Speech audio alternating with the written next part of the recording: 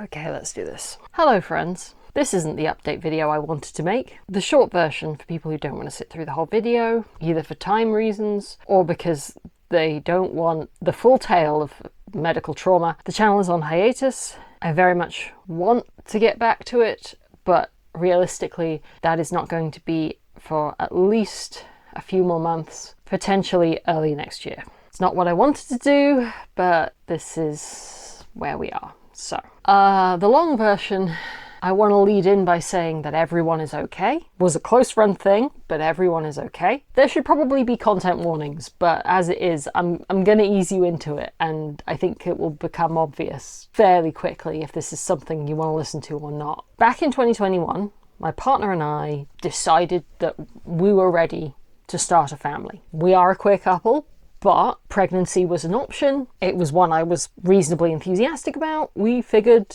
we were just going to do this the easy way. As you can probably guess from the fact that there hasn't been any major announcements up until now, that didn't work so great. So last October, we finally went through the process of IVF. That was in and of itself fun. Not going to get too into it, but you can Google what OHSS is, and I can confirm it's not the most fun thing in the world. Everything pretty much worked out, and so in January of this year we found out we were going to have a baby. Things seemed to go pretty smoothly after that. I had my first couple of midwife appointments. I had a whole bunch of scans. You get bonus ultrasound scans for doing IVF, and then obviously your standard 12-week one, which was all fine, and your 20 weeks anomaly scan, which also was great. Baby was a little small, but everything was great. I was, starting to prepare everything. We started clearing out the spare room, which was going to become a nursery. I was beginning to make plans about when I was going to go on my parental leave, and, was I going to go a few weeks early so I could work on a bunch of video content and make sure that the channel didn't have too much of a break while I took a break. All these kind of things, but very much, early days, because we were only 20 some weeks in, right? We were only just over halfway. And then my legs swelled up and I started struggling to breathe. My partner, who was way more worried than I was, insisted that we call 111, which is the non-emergency medical helpline. They sent me to the out-of-hours GP. The out-of-hours GP, I have never seen someone do a double take in real life. They strapped on the blood pressure cuff and was examining my legs, which were quite swollen. And when the blood pressure cuff bleeped, they looked at it, and the expression was the expression of a person who thinks that this machine is broken. As it happens, our closest hospital doesn't have a maternity department. It's in a different hospital. They wanted to transfer me over. We had a car, we could have gone, but they refused to let me leave the hospital, not in an ambulance, because of how high my blood pressure was. So we waited around in A&E for the rest of the evening, eventually got on an ambulance to go to the maternity clinic. The maternity clinic assessed me, went backwards and forwards on whether they were going to send me home with blood pressure medication or whether they were going to admit me for monitoring for 48 hours. Eventually landed on the side of 48 hours monitoring. This was at like 3 a.m. I didn't actually get a bed until 8 or 9 the following morning. It was a whole thing. But I thought that was fine, whatever. I felt fine. Yeah, I was out of breath, and yeah, my legs made it difficult to walk very quickly, but whatever. 48 hours in hospital, and then I could go home and get back to things. That didn't happen. Over the next few days, I had lots and lots of tests, and they kept giving me more and more drugs, and I kept getting sicker and sicker. Eventually, they had to shove me into another ambulance and transfer me to the big hospital, the one who was able to provide more specialist care, and crucially, because they had a neonatal unit who could take babies from as early as 22 weeks. So just over a week from my first 111 call. At 24 weeks and 6 days gestation, I had an emergency C-section at very short notice, still without a really clear picture on what exactly was wrong or whether or not baby's chances were good.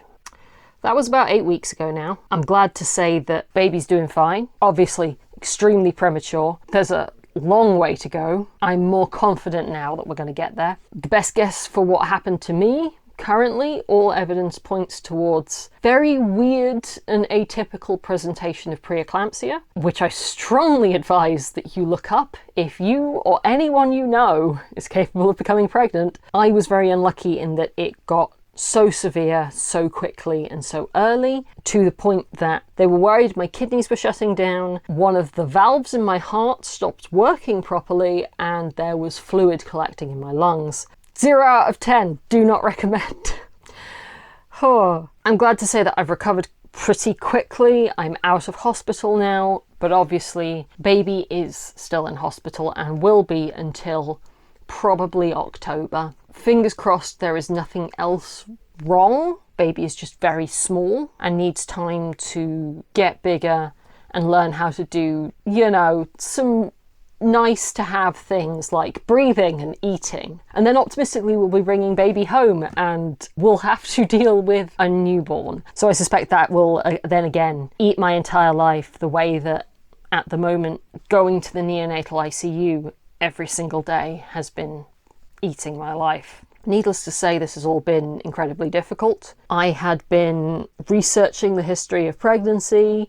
I was planning on making some videos about the experience. I was working on a video trying on my different historical clothes at different stages of pregnancy. You don't really have a bump at 22 weeks.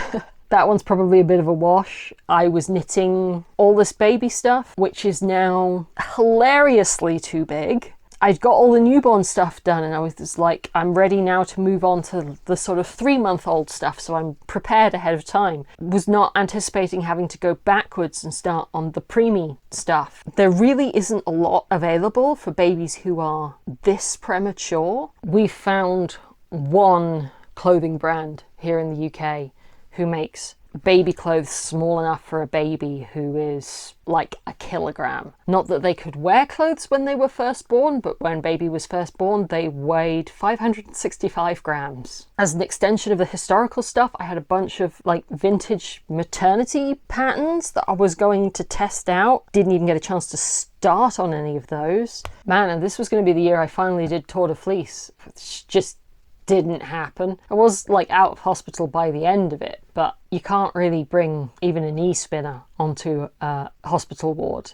That's a bit messy. It's also just really disappointing for a first pregnancy experience and coming at it later in life than is average. I didn't have a plan, but I was pretty sure I didn't want a C-section unless it was an emergency, and I was already very iffy on if I wanted an epidural. I have to say the epidural was actually completely fine. The spinal injection, less fine, but it all worked out, and while I can't recommend awake surgery to anyone, boy does the anaesthetic work. While many things about this are difficult and upsetting and disappointing, we made it. I got there.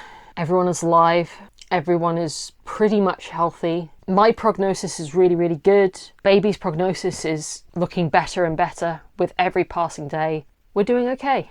Everyone's going to be okay. And I will be back because I really love making videos and I really love making stuff. It's likely that the videos will be a little bit more low effort to start off with, but I am starting at least to claw out some time to make things again, or at least to make things that are not milk. Expressing takes so much time and energy. I had no conception of just how much time I was going to spend just making sure they can feed this baby. Anyway, I'm rambling. I'm never sure how widely YouTube shares like update videos. In case you're watching this because you subscribed off the back of like 1 or 2 videos that you saw. Hi, I'm Ash. My pronouns are they, them, and I'm a parent now. I'm sorry that this is how we're getting to know each other, but I will be back, and I hope you stick around until then. If you do want to keep tabs on, the fact that I'm still alive, I am considering going back to trying to make some, lower stakes short form video content, so Instagram or TikTok are great places to check for that. Alternatively, if you want definitive proof that I'm still alive, Tumblr. Tumblr is the only social media platform I've been able to keep up with this whole time. You may not necessarily get updates via Tumblr, but you will at least see that I am reblogging other people's trash, and therefore know that things are probably okay. Thanks for sticking around this long. I hope we see each other again soon. So for now, dream big, and I'll see you later.